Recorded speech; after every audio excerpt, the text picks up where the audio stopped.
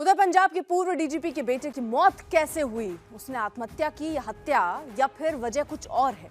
6 दिन बीत गए हैं। अब तक जो सामने आया है उसमें पूर्व डीजी मुस्तफा अख्तर कह रहे हैं कि बेटा नशे का आदी था, नशे की लत में कुछ भी करता था। इस बीच पोस्टमार्टम रिपोर्ट भी सामने आई है जिसमें अकील अख्तर के दाहिने हाथ में इंजेक्शन के निशान मिले हैं। एसआईटी इस केस की जांच कर रही है और पूर्व डीजी से भी पूछताछ हो सकती है।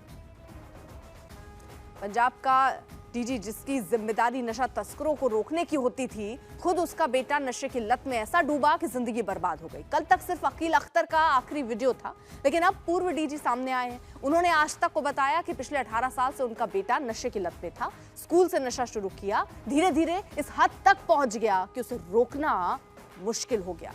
काउंसलिंग हुई, लेकिन बेटा जिंदगी से हार गया और रिटायर्ड पिता पर अब एफआईआर हो गई है। डीजी की पत्नी सुल्ताना कांग्रेस नेता हैं, पंजाब सरकार में मंत्री रह चुकी हैं।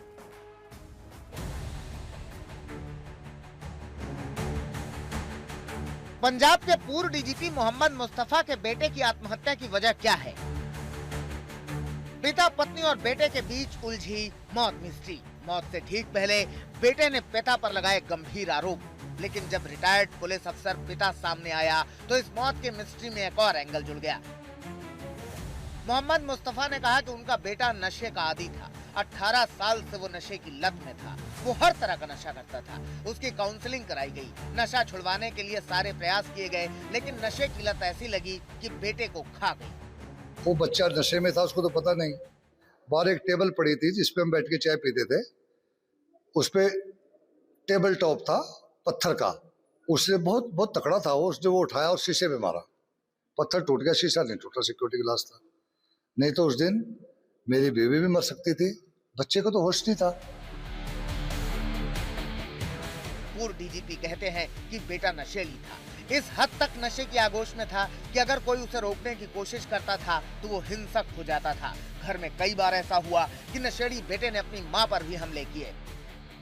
मैं दुनिया को बताऊं, आज मैं मजबूरन बता रहा हूं, 2008 में मेरी बीवी का उसने ये तोड़ा था, लात मार के। और मेरी बीवी 2 महीने लोगों को बताती रही, मैं फिसल गई। वो बच्चा नशे में रहता था, लेकिन आप बच्चे को सजा नहीं दे सकते क्योंकि बेटा था। एक कहावत सुनी आपने कि माँ का गुर्दा निकाल के ले जा रहा था बेटा, तो माँ ने मरते मरते कहा, बेटा देख के चलना, गिर न जाना। मैं जानता हूँ ये है।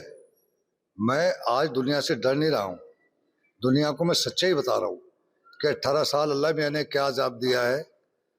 हम किस उससे गुजरे हैं, लेकिन बेटा बेटा ही होता है। हर गलती उसके बाप होती है। पूर्व डीजीपी मोहम्मद मुस्तफा की अपनी दलीलें हैं, लेकिन जो वीडियो उनके बेटे ने अपलोड किए उसमें वो साफ कह रहा है कि मेरे पिता और परिवार मुझे मानसिक रूप से प्रताड़ित कर रहे हैं। वे मुझे पागल साबित करने की कोशिश कर रहे हैं। उनका प्लान है कि मुझे किसी झूठे केस में फंसा दें या खत्म करवा दें। इस बीच अकील की पोस्टमार्टम रिपोर्ट भी सामने आई है जिसमें कहा गया है कि उसके दाहिने हाथ में कोहनी से लगभग 7 सेंटीमीटर ऊपर इंजेक्शन के निशान हैं। आमतौर पर नशेड़ी बाईं हाथ में इंजेक्शन का नशा लेते हैं, लेकिन बार बार इंजेक्शन की वजह से नब्ज मिलना मुश्किल होता है तो दाहिने हाथ में भी इंजेक्शन लेने लगते हैं। इस केस की जांच एसआईटी कर रही है।